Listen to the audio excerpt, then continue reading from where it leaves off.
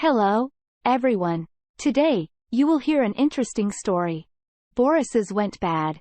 Isella was scattered and forgetful. Bright instrument lighting annoyed him too much. Seems that you're not mood today, said the ship mechanic while passing by. Boris shrugged. He didn't want to talk about anything, and in his head, anxious thoughts settled. The fact is that his wife began to behave in a strange way. Usually, when Boris was in a voyage, he communicated with his wife using video, but that day, Lena had written, "Sorry, dear, but I'm busy now. Let's communicate tomorrow." "Why so?" inquired Boris. "Why so? I've got things to do." "That's why," answered the wife. Dismay settled in Boris. However, not only dismay, irritation mixed with it. "I need to pull myself together," decided Boris, and then he peered into the darkness of Atlantic Ocean through the wide windows of the deckhouse. Of course, dismay didn't leave Boris, but irritation decreased. Besides, saving thoughts appeared in Sailor's head. They were like, perhaps Lena really couldn't communicate with me using video. She's a bookkeeper. Everything might happen. It helped, but not completely. Anyway, Boris defended his watch and went to the cabin. And in the morning, he had an opportunity to talk with Lena using video. "Hi, dear," she said kindly, and her mouth broke into a smile. "Hi," said Boris. He was standing on the starboard wing of the ship bridge. Nothing prevented him from talking with his wife. Sunshine was covered by the deckhouse. Boris could see his wife's face distinctly. Lena incidentally looked away and smiled again. Night dismay reminded itself, though Boris didn't show that to Lena. He also smiled, told about another typical day, which he had spent on the vessel. And while talking, he kept a close eye on wife's gestures. Several times she looked away, sometimes she took a thought and answered at random. Some gestures were too jerky. Looks weird? Boris thought she didn't behave in such a way earlier. And again, he tried to comfort himself with an assumption that Lena had had problems at work. It didn't work out, but instead of irritation, Boris felt depression. Things went slowly. Boris didn't respond to orders immediately. He barely defended the day watch. And then there was evening, and the wife couldn't talk to Boris using video again. "Hi, how are you?" she wrote in Messenger. "Sorry, no video communication today. I've got too much to do. We'll talk tomorrow morning." "I'm fine," answered Boris, and he felt growing dismay. And added, "Today, everything was typical. And in the morning, there was a video conversation. Everything was like a day before. Lena behaved in a strange way. The same nervous gestures, head turns, ridiculous answers. This went on for several days. Boris tried not to tell anybody about his family things, but then he broke down and shared his problem with the ship mechanic. "And maybe she cheats on you," said the mechanic while drinking tea at the starboard rail. "She never did that." Boris got indignant, but not much, because he understood the mechanic could be right. And the mechanic continued, "Think, man, we spend months in voyages and rarely come home. So what women do without us? So they cheat on us." "Get off." Boris went to the deckhouse. "I have an acquainted detective," mechanic cried after. In his cabin, Boris pondered mechanic's words nervously. He realized again that the mechanic was right. Sailors rarely came back home, and their wives were often left to themselves. They could do everything they wanted. Boris recalled the captain's story. When he had once returned from voyage, he had met his wife with some bloke. That man had nearly been murdered. Fortunately, the wife's lover had noticed a wrench in captain's hands and jumped out of the window. The captain's flat was on the first floor, so the wife's lover hadn't been injured. "Wouldn't run away from me," Boris thought with pleasure. He remembered his flat on the second floor and the concrete yard with no plants and trees. And what if the wife does have anyone? Boris thought as if someone asked from outside, and Boris ran to starboard side where he had recently communicated with the ship mechanic. Of course, there was no mechanic in that place. Then Boris ran to the engine room. "Have you seen Lvov?" He asked a sailor graduate who was in his third voyage in life. The answer was negative, so Boris had to run deeper inside of the vessel. He wandered through the bowels of the bulk carrier for a long time. Finally, he found Mechanic at the lower deck. Here you are, Talik. Later. I'm busy now, said Mechanic, doing some work. Damn it. In his thought shouted Boris. Then he went to his cabin. He met Glebov only after supper as shortly before his night watch. Glebov started first. You were looking for me today, weren't you? I was. Recently, you told me that you knew a detective whom I could hire. Yes. I know one detective. And you have decided to hire him, haven't you? I have. Please give his contacts. Gleb gave, and Boris began his communication with the detective. Good evening, answered the detective. Yours to command. Boris mustered up the courage and wrote. I need to check if my wife has a lover. Typically, replied the detective, and informed about the money to pay in advance. Boris was surprised and wanted to reply. It's too much, but he decided not to do that. Instead of that, he just agreed with everything. Then detective gave payment details and declared after he had received money tomorrow, I'll get down to business. And detective did that. First of all, he inspected the yard where there was nothing except for the concrete. However, there was a very handy lamppost just in front of Boris' flat.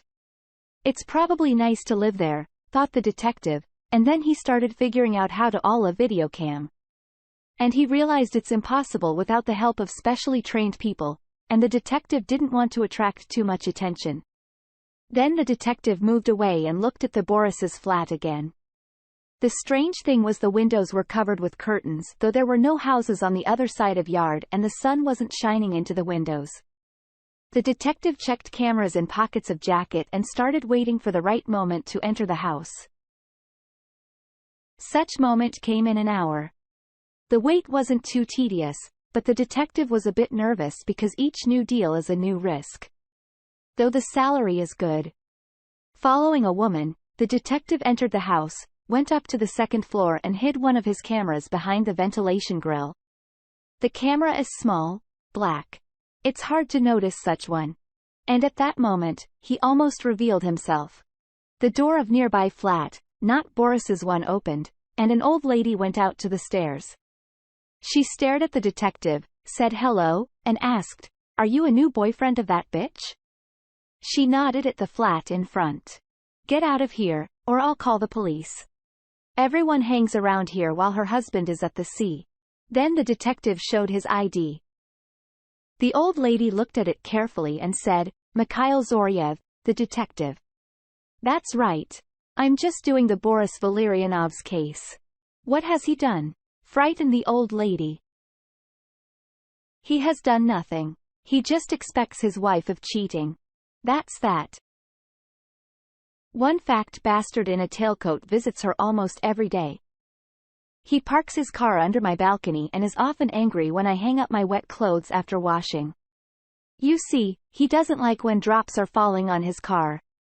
Tell me about the car if you can. What is it? Michael, I don't know its model. The car is big, black, looks like a SUV. Don't you remember a number plate? No. That's the thing, I really don't remember. Then please note down my phone number and call me if you notice something suspicious. The old lady noted down the detective's phone number and promised I'll obviously help you. And what's your name? Asked Michael. Marina Lukianova. Goodbye, Marina. The old lady called Mikhail that evening. Detective Zoryev is listening. Good evening. It's Marina Lukianova, Boris Valerianov's neighbor. Hi, I'm glad to hear you, rejoiced Mikhail. Well, he's just arrived, Alina's lover. Just like earlier, he has parked his car under my balcony. Bitch. When did he arrive? Just recently. He's near his car, and Lena is with him. Fine. I'll call you later. He hung up and opened an application using which he could control the Vidicom. Now he had to wait. Finally, the couple appeared. Lena and her lover. The lover was really a tall fat man in a black tailcoat. He led Lena to the door, and then they started kissing. No, not like friends. They kissed in lips. Busted assholes. Pretty thought, Mikhail. He was just sitting in the park in a few blocks from Boris's home. And he decided to hurry up to that yard while walking Mikhail still, following the camera. But it showed nothing interesting after the kiss. The couple entered Boris's flat. In the yard, Mikhail noticed the car of Lena's lover. It was a black crossover Toyota with rogue number plates. Mikhail took a picture of the license plates on his smartphone and walked away from the house. The windows in Boris's flat were still curtained, but the light was on, and Mikhail noticed two silhouettes. According to their movements, they were going to spend a passionate night. Then they kissed and went into bed, and not to sleep, of course. Then Mikhail entered the house. The door had been opened by Marina Lukyanova, and leaned his ear to the door of the Boris flat. He heard groans and screams. It seemed that Lena and her lover satisfied each other in the most natural way in the world. That's it. Mikhail mentally smiled and asked his colleagues to find out full dossier per person who has a crossover with such number plates. The number plates, Mikhail, sent by messenger. The reply came in 10 minutes. It appeared that Lena's lover was Nikolai Dolbinov, a small businessman. Mikhail also received the home address, the address of the chief office of the Dominovs company. Thanks, wrote Mikhail, and sent his colleagues some money as a reward. Then he gave some money to Marina. I ask you only one thing not to tell anyone? Guess the old lady. I wasn't going to tell anyone except for Boris. Yes. Miss Lukyanova, now it's better to keep silence. Don't worry about that. Do you want to have tea with pies? I've got no time, miss. Also, Lena's lover can leave any moment, and we might meet each other. As you see, that'll make me troubles. He won't leave till morning. Mikhail pondered and decided, all right. Thank you. I will. Just don't talk about it either. I have no choice anyway. In Marina's flat, Mikhail contacted with Boris using video. While Mikhail was conducting his investigation, Boris couldn't find his place.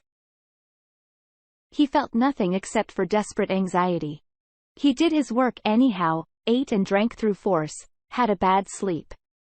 And he was surprised that Mikhail had finished so quickly. Good evening, said Mikhail using video communication. Are you ready to talk? Of course, I'm ready. Good evening.